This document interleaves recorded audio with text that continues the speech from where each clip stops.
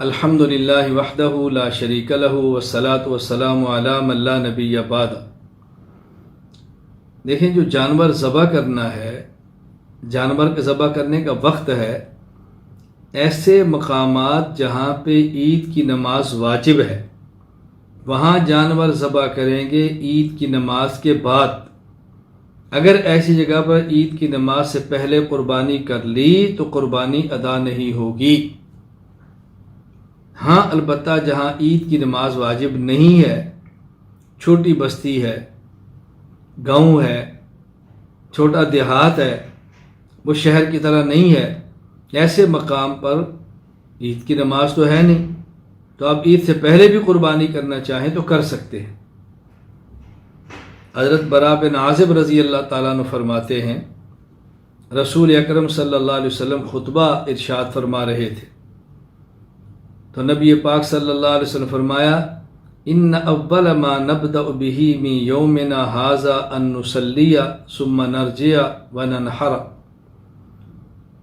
عید کے دن ہم سب سے پہلے کام یہ کرتے ہیں کہ ہم عید کی نماز پڑھتے ہیں، پھر واپس جاتے ہیں اور جا کر قربانی کرتے ہیں۔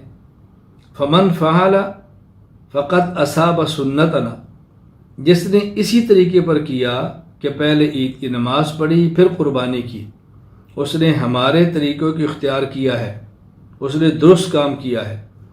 ومن نحر فإنما هو لحم يقدمه لأهله ليس من النسك في شيء۔ اور اگر کسی شخص نے عید کی نماز نہ پڑھی اور نماز سے پہلے قربانی کر دی، اگر کسی شخص نے عید کی نماز بعد میں پڑھی اور عید کی نماز سے پہلے قربانی کر دی تو فرمایا قربانی نہیں ہوگی، یہ گوشت ہے جو جانور ذبح کیا اور ان لوگوں نے کھا لیا، اس کا قربانی سے کوئی تعلق نہیں۔ یہ حدیث پاک صحیح بخاری کتاب الاضاحی باب الذبح بعد الصلاۃ کے اندر موجود ہے، تو اس میں غفلت نہیں کرنی۔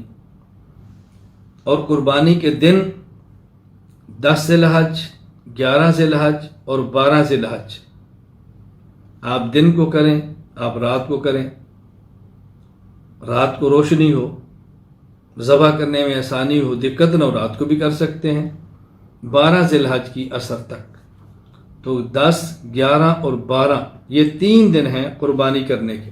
قرآن کریم سورۃ الحج آیت نمبر 28، اعوذ باللہ من الشیطان الرجیم، لیشہدوا منافع لہم ویذکروا اسم اللہ فی ایام معلومات۔ حضرت عبداللہ بن عمر رضی اللہ عنہ فرماتے ہیں، فالمعلومات یوم النحر و یومان بعد، تفسیر ابن ابی حاتم للرازی، کہ یہ جو خاص دن ہیں جہاں اللہ کا نام لینا ہے، یہ 10، 11 اور 12 یہ ذی الحج کے دن ہیں۔ حضرت سلمہ بن اکوع رضی اللہ عنہ فرماتے ہیں، نبی کریم صلی اللہ علیہ وسلم فرمایا، من ضحى منکم فلا یصبحن بعد ثالثۃ وبقی فی بیتہ منہ شیء۔ تم میں سے اگر کوئی شخص قربانی کرے تو چاہیے کہ 3 دن کے اندر اندر گوشت کو ختم کر دے، ایسا نہ ہو کہ تیسرا دن گزر جائے اور اس کے گھر میں گوشت موجود ہو۔ تو جب 3 دن سے زائد قربانی کا گوشت رکھنے کی اجازت نہیں، تو آپ بتائیں 3 دن کے بعد قربانی کرنے کی اجازت کیسے ہوگی؟ یہ حدیث صحیح بخاری باب ما یؤکل من لحوم الاضاحی کے اندر موجود ہے۔ لیکن یہ بات ذہن نشین فرما لیں کہ یہ حکم پہلے تھا کہ 3 دن کے بعد گوشت نہیں ہونا چاہیے، بعد میں رسول اکرم صلی اللہ علیہ وسلم نے اجازت دی ہے۔ المستدرک علی الصحیحین للحاکم کتاب الاضاحی حدیث نمبر 7569، حضرت قتادہ بن نعمان رضی اللہ عنہ سے مروی ہے، ان النبی صلی اللہ علیہ وسلم قال کلوا الاضاحی وادخروا، آپ نے فرمایا تم قربانی کا گوشت کھا بھی سکتے ہو اور آپ قربانی کا گوشت رکھ بھی سکتے ہو۔ گزشتہ سال حکم تھا کہ وہاں ضرورت تھی، وسائل کی کمی تھی، تو آپ نے اجازت نہ دی کہ 3 دن کے بعد گوشت رکھیں۔ لیکن یہ شبہ ہرگز نہ ہو کہ کوئی شخص کہ جی 3 دن کے بعد قربانی کا گوشت رکھ سکتے ہیں تو 3 دن کے بعد ذبح بھی کر سکتے ہیں۔ گوشت تو پورا سال بھی رکھنا چاہے تو آپ رکھ سکتے ہیں، تو پھر پورا سال قربانی تو نہیں کر سکتے نا۔ یہ مسئلہ اچھی طرح ذہن نشین فرما لیں۔ حضرت علی رضی اللہ عنہ فرماتے ہیں، النحر 3 ایام، قربانی 3 دن ہے۔ احکام القرآن للطحاوی، اسی طرح موطا امام مالک کتاب الضحایا۔